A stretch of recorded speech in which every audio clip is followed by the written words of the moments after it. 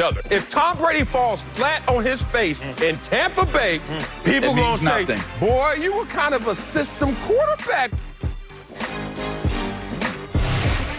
Bucs NFL Sunday is back this week with a great slate of early games. Oh, then it's a blockbuster. And America's Game of the Week is Brady's new-look Buccaneers take on Brees and the Saints.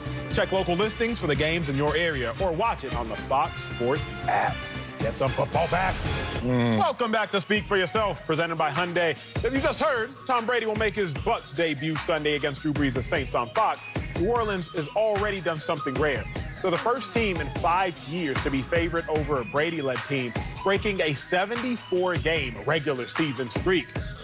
Joined by the one and only NFL analyst, Reggie Bush. I love them headphones, Reggie, but no. Right. What's up, fellas? Reggie, we see him. Marcelus, I'm going to go to you first.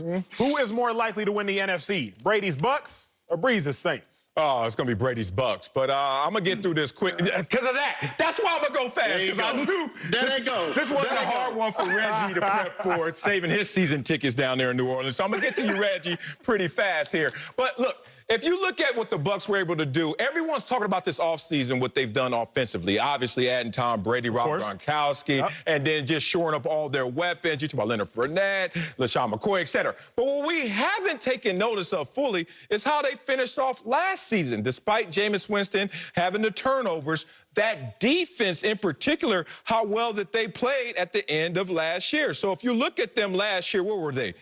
Top 5 in takeaways, and 3rd in yards allowed on defense. That's a defense that's starting to hit its stride in the latter part of last year, the final 8 weeks. Now you take all of that momentum, add it with the offensive firepower that they have, you put a GOAT as a cherry on top. I think that they're going to be able to outmaneuver what the Bucs and the Saints are going to see week 1 and throughout this entire year. So I give the slight edge to the Bucs. Let's hear it, Eric. Let's hear it, Reggie. You're wrong. Well, first off, before my dog Reggie kills you off, I'm going to throw my dog Reggie to oop. But let me start like this, Marcelus.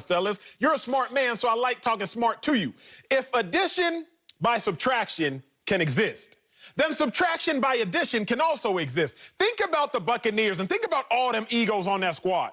You got Rob Gronkowski, first ballot future Hall of Famer, comes out of retirement to play with the greatest quarterback of all time. Well, then you got Mike Evans, who's in his primary receiver. You got Chris Godwin, who's in his primary receiver. I just told y'all about Gronkowski at one tight end. Your other tight end, O.J. Howard, well, he's a first-round pick. LaShawn McCoy sitting in the backfield.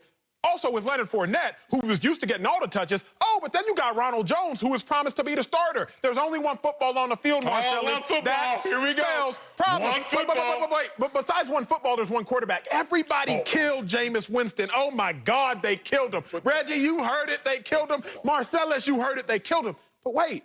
Jameis Winston is one of only 8 quarterbacks to pass for 5,000 yards in a season. Yeah, Tom Brady did that back in 2011. Marcelus, you were probably still playing then, sir. So as much as people was hating on Jameis actually got the ball around to all them pieces. Now, I'm going to tell you about the flaws in the Buccaneers defense, which is going to be their real problem later. That's the cliffhanger. Reggie, go ahead and kill this man Marcelus off, sir. So listen, man, that defense that you talked about, you said how well they played at the end of the season. That defense was 29th in scoring. Talk about it. 29th out of 32 teams. Also, they were 30th in passing. What do the Saints do well? Please remind me. They throw the football well. And who do they throw it well to? Mike Thomas, Alvin Kamara, Jared Cook, Emmanuel Sanders. We got so many options. So yeah, you got so many. You ran out. I think people. Nah, I was gonna say Taysom Hill. Yeah, you better not. Taysom Hill. But why not? Taysom Hill is a dog. But at the end of the day, what it's gonna come down to is this is a very different year for a lot of those guys. They don't have a preseason that they were able to work with and to gel and to build that chemistry on the football field. That's real. You mean to tell me they're gonna have to overcome adversity? And that first time is going to be against the New Orleans Saints, who have won the division 3 years in a row. Come on, man. People got to have real expectations about the Tampa Bay Buccaneers. Wow. Saints all day. Wow. We over here playing to poke the hole into it. Okay.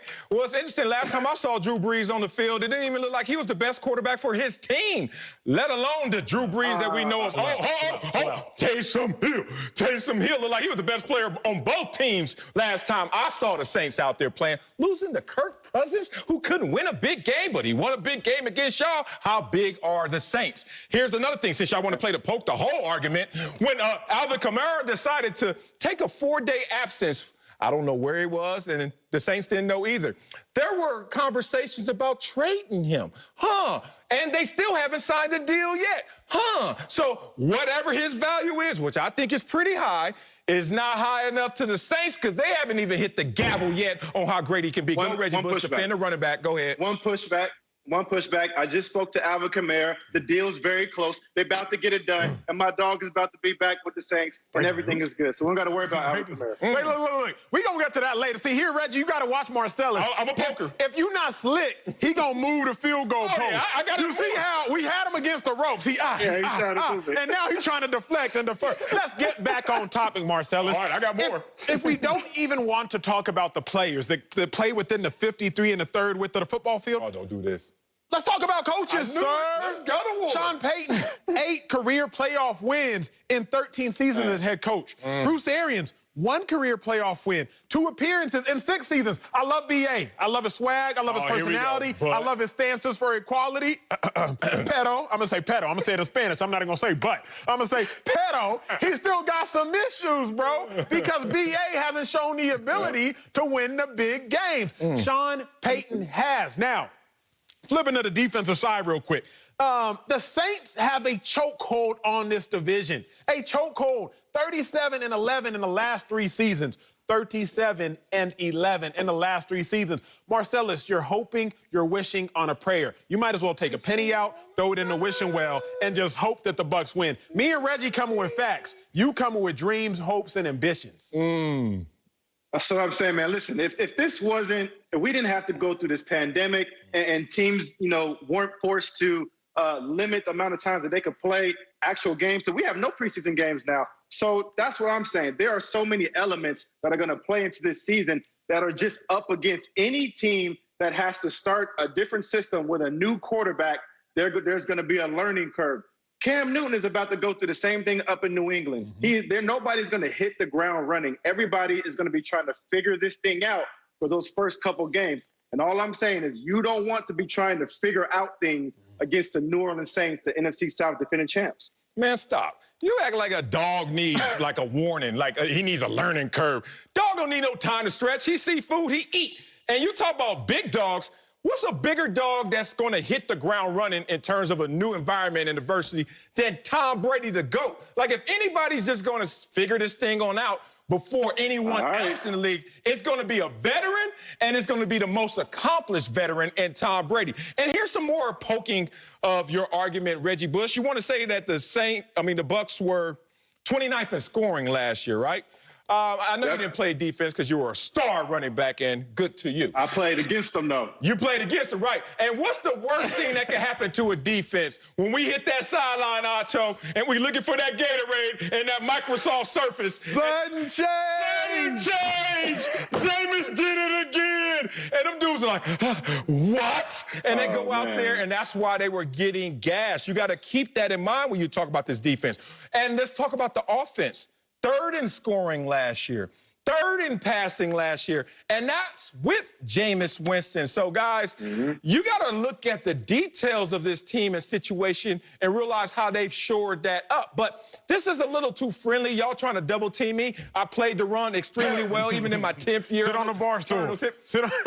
I got a little rivalry, it looks like, here, and I want to settle this in terms of football greatness. I know Acho wasn't on that Texas team that beat you, Reggie, in the national championship game. But, Reggie, he's distracting you. Texas SC. He's distracting my son is going to be a senior sooner than you think. Texas SC. This is what Marcelus does, Reggie. He tries to divide and conquer. He is trying to divide and conquer. I'm not going to let you do that, Marcelus. Okay, so it's SC.